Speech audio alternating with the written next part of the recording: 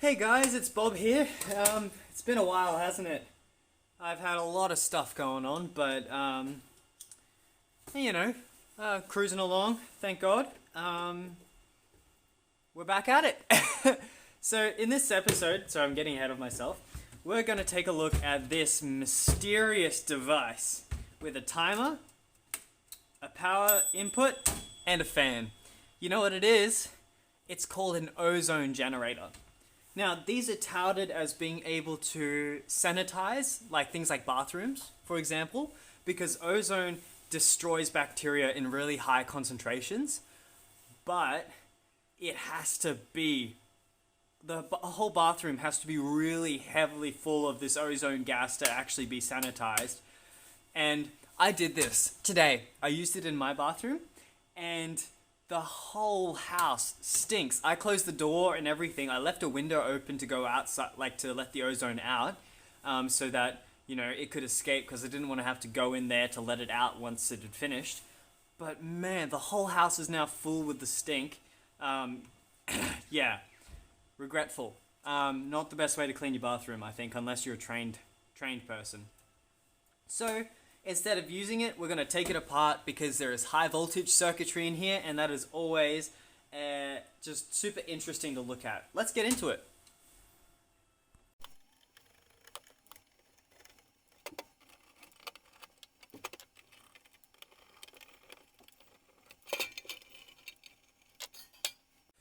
Okay, here's our device. So looking, we've got a fan. Looks like it's a 240 volt fan, so runs straight off the AC mains. We've got our timer switch here. We've got two plates, which are electrodes. And we've got this massive box here, which does the high voltage. So, explanation of what this does. I'm not super duper sciencey, but I do know that what this device does, is pretty much, it places a high voltage difference between these two plates. Do you see how there are all these metal prongs here to increase surface area? And what there actually is a sheet of ceramic to separate it from the rest of the body. And so these prongs, which are on both of these sheets, are really, really high voltage difference. And so it's like plasma almost forms right on the edges of them, and I don't know exactly how it works, but it creates this ozone gas, which, yeah, is you know, it's like, I think it's denoted O3. Yeah, 3 oxygen atoms. Yeah. Anyway, so it creates that gas, and then it's circulated through, and that gas is destructive to like everything. It's really bad. It hurts your lungs and everything. So wouldn't recommend.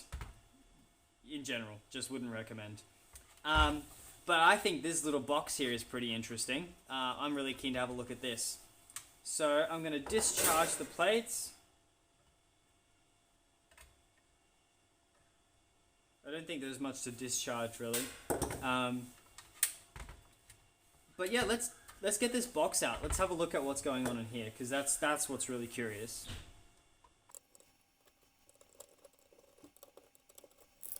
That's not terrifying.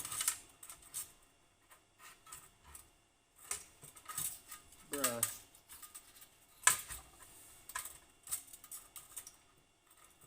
Okay, I'm gonna snip these two wires.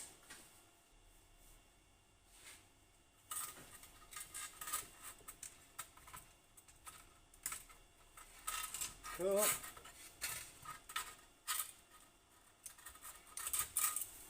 Get these out of here.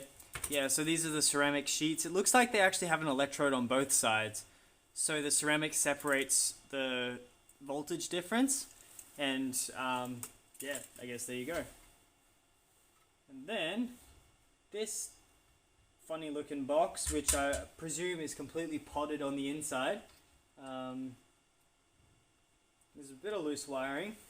So maybe it's not all the way potted, but, yeah, we're going to take this off and have a look inside. I'm always a sucker for this kind of stuff. It's just, yeah, it's just crazy looking. It's crazy looking. Little bit scary. And honestly, I wouldn't do this at home if I were you. I'm fairly confident that the output is discharged, and actually, you know what, we'll double check that. Yeah. So there's no voltage stored on the output. Like, I don't know what circuit this uses, but I imagine some kinds of circuits would probably store a bit of voltage on the output. Yeah, so we got this here heat sink, and there's 2 screws, so there's probably 2 transistors inside doing the work. All potted, using some kind of hard potting material, so no way of getting in there. But I think this might make sparks. What I'm gonna do, I'm gonna strip some of the shrouding off, and we're gonna have a look at what this can do. I've got it set up. Full disclosure, this could fail instantly, because I'm sure the circuit, like I don't know how the circuit's designed, so it might not like the arcing. Either way, I'm gonna chuck a face shield on, because I'm just like that, and then we're gonna turn it on.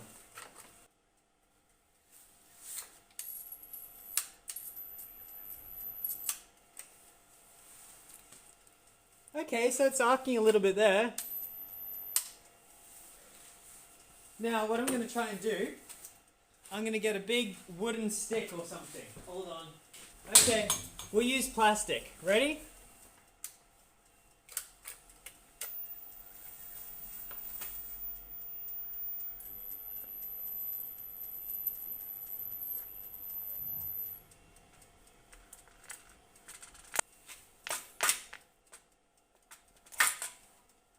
Okay, back on.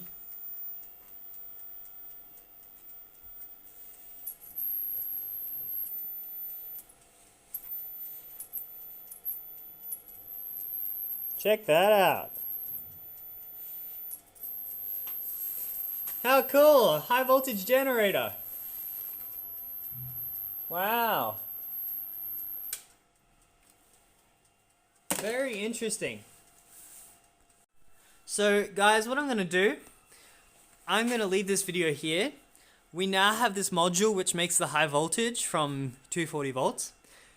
I want your guys' ideas about what to do with it. And one of the ideas can be throw it in the trash because it looks pretty dangerous.